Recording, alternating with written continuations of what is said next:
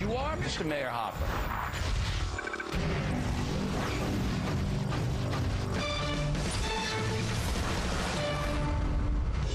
Good evening from New York. This is Friday, December 10th, 697 days until the 2012 presidential election. And today we saw history on the floor of the Senate. It started at 10:25 in the morning and kept going until 6:59 p.m., 8.5 hours and change. Reportedly, the number of people watching it crashing the computer servers of the United States Senate. A filibuster, historic both because of the cause for which it was waged, and in our fifth story tonight, because it was not technically a filibuster, but something new and unique, a Bernie buster.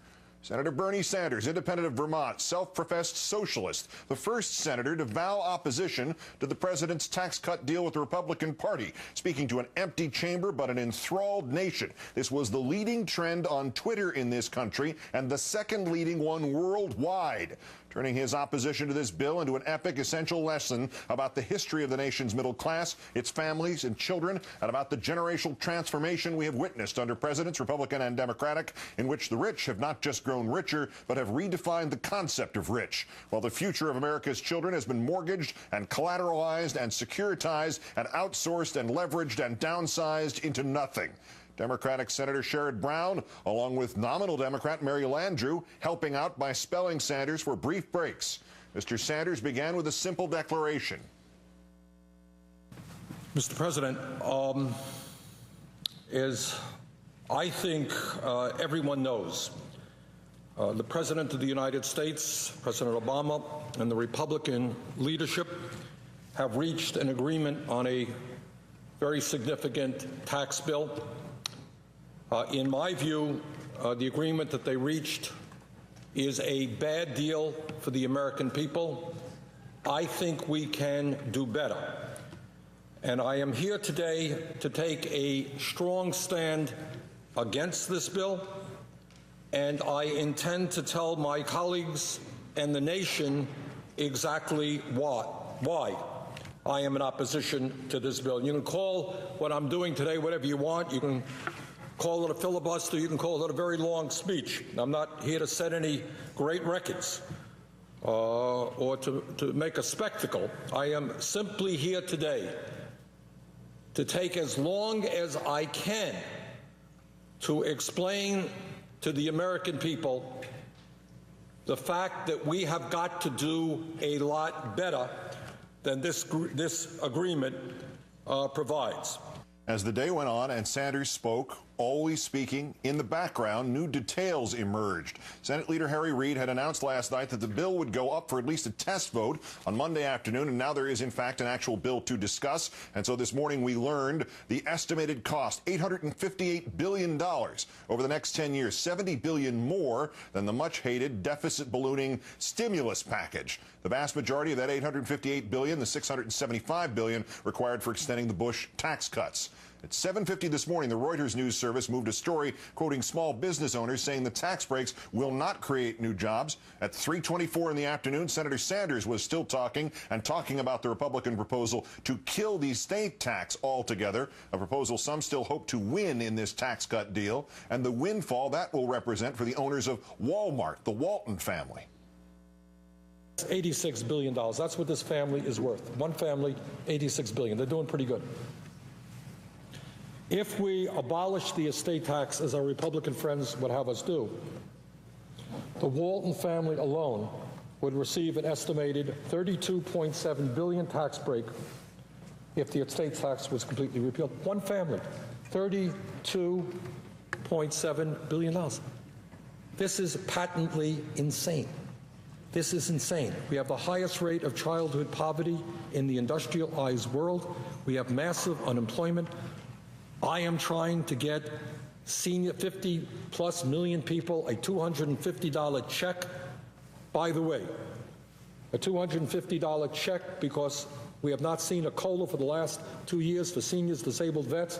That would cost in 1 year about $14 billion. The Walton family itself would get more than double in a tax break, what some of us are fighting for over 50 million seniors and disabled vets. So we can't afford to give $14 billion to help Some of the people in this country who are struggling the hardest can't do that, but somehow we can afford to give $32.7 billion in tax breaks to one of the richest families in this country. If that makes sense to anybody, please call up my office, because it doesn't make sense to me, and I think it does not make sense to the vast majority of the American people. The future of the Walton family of less interest to Senator Sanders than the families of working-class Americans who have seen the manufacturing foundation of their American dream crumble. Entry-level automobile workers at General Motors and Chrysler now earn half as much as their peers made just 1 year ago.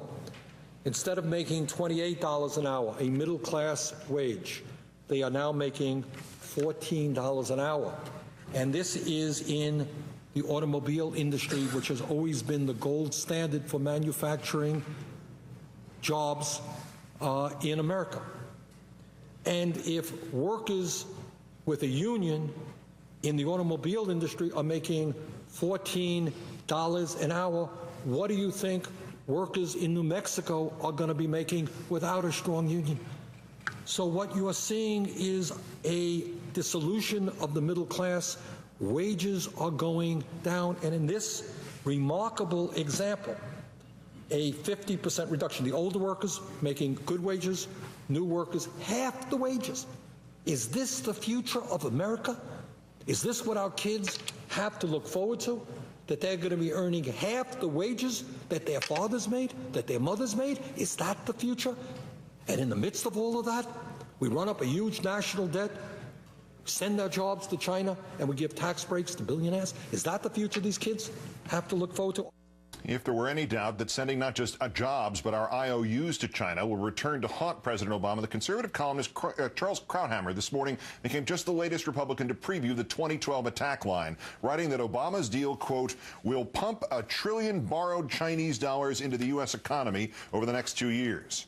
As for the jobs, Senator Sanders said today American manufacturers have found it cheaper and therefore more profitable to send China U.S. jobs. He said he did not mean to single out GE, this network's parent company, but to illustrate his larger point, he brought out an old quote from before the recession from the CEO. When I am talking to GE managers, I talk China, China, China, China, China. 5 Chinas. You need to be there. You need to change the way people talk about it and how they get there. I am a nut on China. Gee, when GE recently had, a couple of years ago, some really difficult economic times, they needed $16 billion to bail them out. I didn't hear Mr. Inmel going to China, China, China, China, China.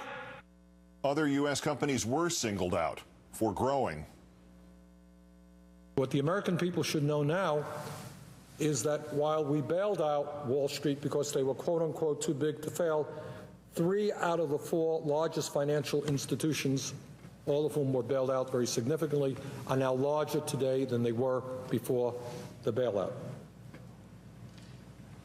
Incredibly, since the start of the financial crisis, Wells Fargo has grown 43% bigger.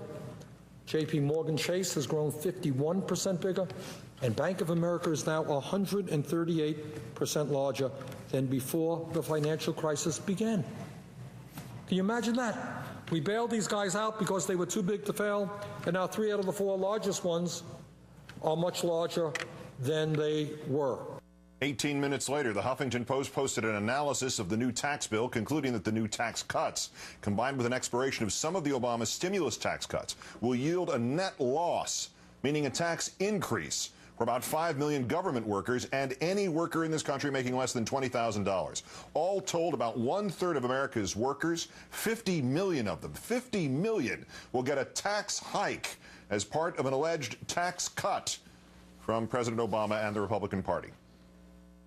What I'm asking the American people is to stand up, let your senators, let your congressmen know how you feel.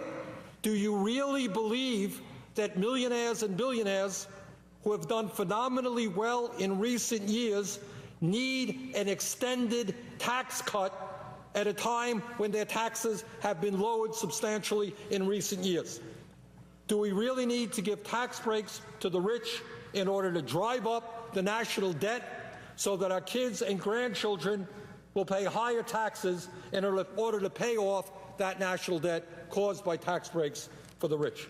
If you don't believe that, you don't think that's right, let the President of the United States know about it, let your senator know about it, let your congressman know about it.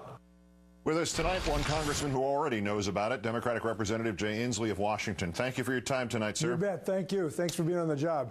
You have been whipping the Democratic caucus to vote against this deal. How come? Well, we spoke very loudly that this bill should not come to the floor of the House because it's a bad deal for three reasons. Number one, it's just a bad deal. We got taken to the cleaners in this negotiation, and we're not going to stand for it. Second, this perpetuates the Bush tax cuts. This perpetuates the Bush trickle-down economics.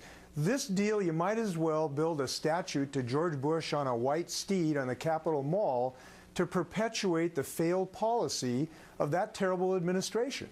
And third, this thing over the long term really does not strengthen our country. We're adding $850 billion of debt without educating one student, without building one bridge, without inventing one new technology. For those three reasons, the House Democratic Caucus spoke very loudly the other day, taking an unprecedented step of saying this deal should not come to the floor of the House. It's not a good deal for this country. The extraordinary statement speech, Bernie Buster, by Senator Sanders today, 8.5 hours about this, which was an extraordinary, anybody who saw any of it realized it was essentially a year's worth of education in recent American history. Bernie should get paid by the hour, I think. But it was all of it compelling. But what do you think it accomplished, if anything? Well, I think it's the recitation of what we've been going through, and it's the reason when I walked up to buy a Christmas tree at our grocery store here in Washington State, 6 people stopped me and said, look, don't let them force this, don't let them take hostages to force us again to enter into this bad bargain where millionaires get 1,000 times more benefits from this package than working families. And Bernie was right to say that people ought to register how they feel. You can go to notaxdeal.com, that's notaxdeal.com, if you like to register your position on this. But people have an intuitive understanding what we're doing here is digging ourselves further in debt, not standing up to the hostage-taking of the Republican Party. And, you know, here's an interesting point. Not following the bipartisanship that we do. People want bipartisanship. They want consensus. We have consensus to extend the middle-class tax cuts, at least for a certain period of time during this hard economic time. But instead of embracing that consensus, the Republicans took that consensus hostage to go forward with these incredibly, pathetically unfair tax breaks, both in the estate tax and the higher income tax breaks. And that is not what the American people for. Now, people said, this is the best deal we can have. Wrong, and I'll tell you why. The American people are with us in this regard. When you go out there and poll by 2-to-1 margins, Americans believe that we ought not to finance this deficit spending with further tax cuts for the wealthy and follow the Bush administration trickle-down economics. They knew that did not produce one single net job during the Bush administration, and they know that we can't borrow our way and tax cut our way to prosperity. We have got to build our way to prosperity, and this doesn't do that. So we need to change it dramatically. Congressman Jay Inslee of Washington, one of those leading the House fight against the tax deal. Great, thanks. Have a good weekend. Thank you.